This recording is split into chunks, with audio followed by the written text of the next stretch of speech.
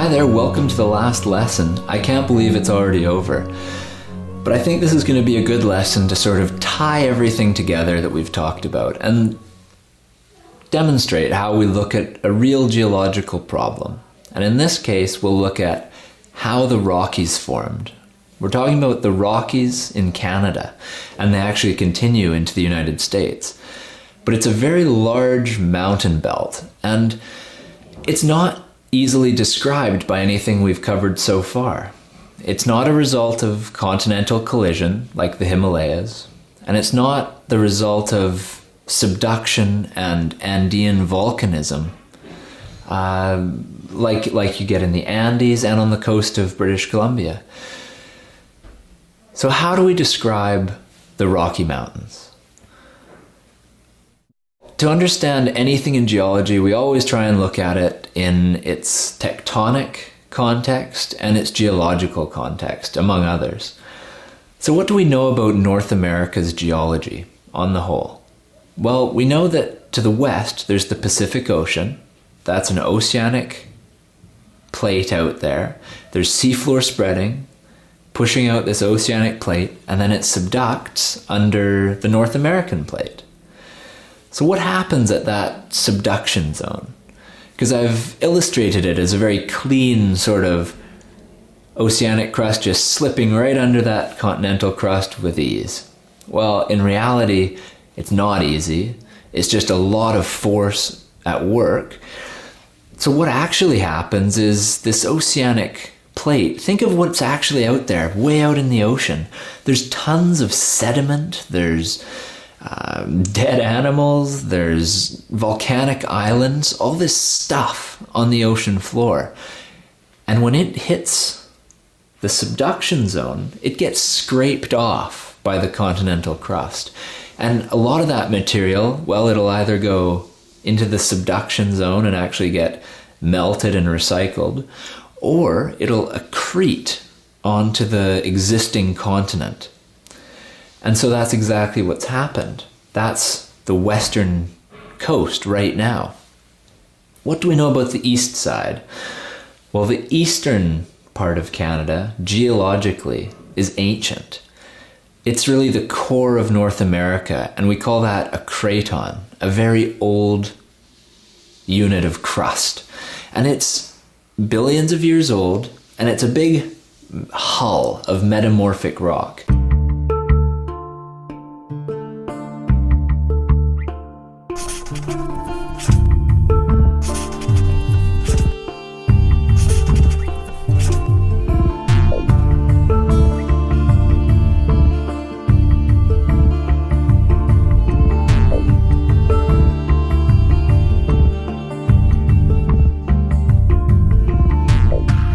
Now, metamorphic rock, I haven't gone over, but essentially it's just rock of other sorts, like volcanic rock or sedimentary rock, that has since undergone various pressures and temperatures that have caused chemical and physical changes to the original rock.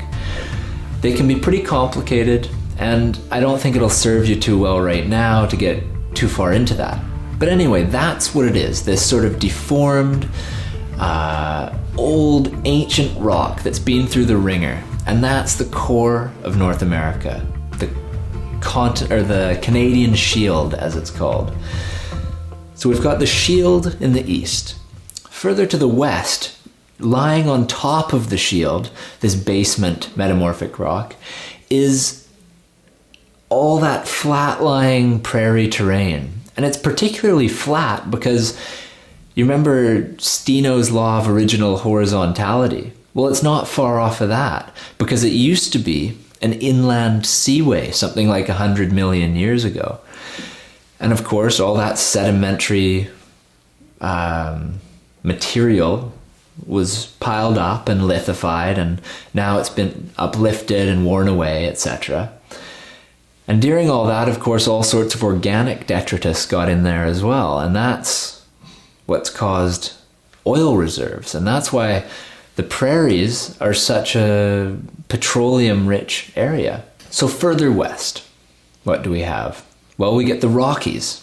And then further west from that, just a total chaotic, confusing jumble of accretionary terrains. And that's because almost all of BC, at its base, is formed from the accretion of terrains slamming into the coast of what's now North America. And this has been going on for hundreds of millions of years.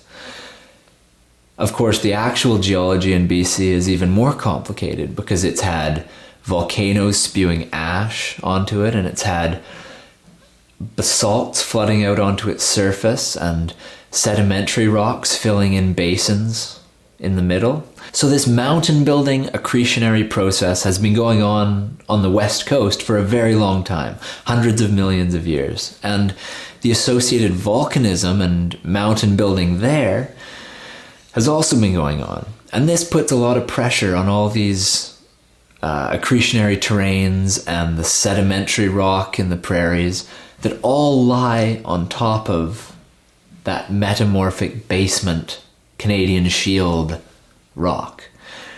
And it actually pushes it like a carpet on hardwood floors.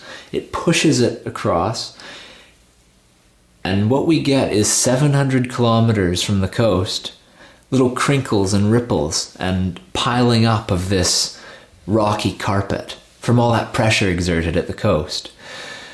It's amazing that it actually translates that far, but the detachment below the modern rock and the ancient continental shield is such that that's even possible, which is kind of cool.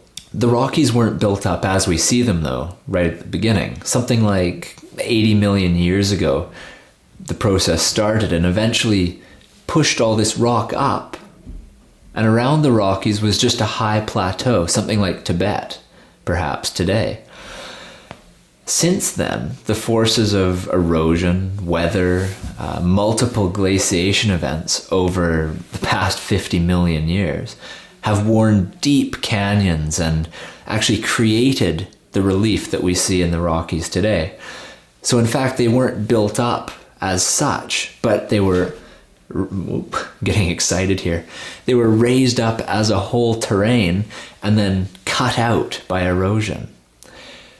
Of course, then we look at what the erosion means and we see that all that sediment washed out through the Saskatchewan rivers, the Bow River, Columbia River, and whatever the ancient rivers were, and it's gone out to the Pacific, the Arctic, Hudson Bay, and I think in the States it goes right out to the Gulf. And so this sediment, imagine how much that is, mind you, like the inverse of mountains. So what isn't mountain was all washed out as sediment into the oceans, deposited onto the oceanic crust, subducted or accreted, and so the process goes on. And that's just one example of how the rock cycle actually works over geologic time. I think it's pretty cool how it all ties together, and you can't really look at one aspect without looking at the big picture. And that's the way it works in geology. Whenever you try and study one thing, you almost always have to step away, look at where one element fits into the whole, across time as well, and over large scales of time. And by doing this, we see a picture of the world as it is today.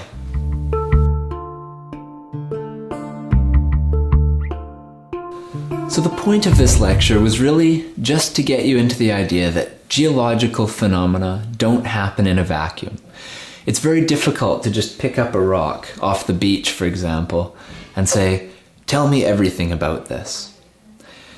Because it lacks context, and you really want to know things like, where did it come from? What outcrop did that rock come from? What type of terrain are we talking about? Was this an accretionary terrain? Was it part of a sedimentary basin? Are we looking at something that used to be a volcano?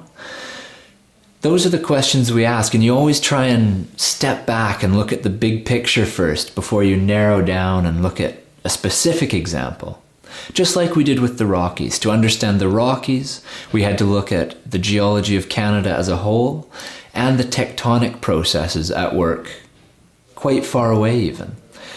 And that's how it is in geology. We look at things over a vast range of scales, from microscopic to universal.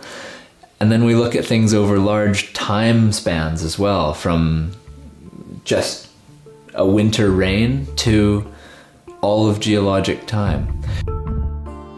I think this has been a pretty good introduction to modern concepts in geology. I really hope you got something out of it. I'd love to hear from you if you have any suggestions or things you'd like to see. But thanks for taking the course, and I really hope it helps you see the world around you, the geology around you, with new eyes, and inspires you to look at rocks in a new way. So thanks a lot. I'll see you later.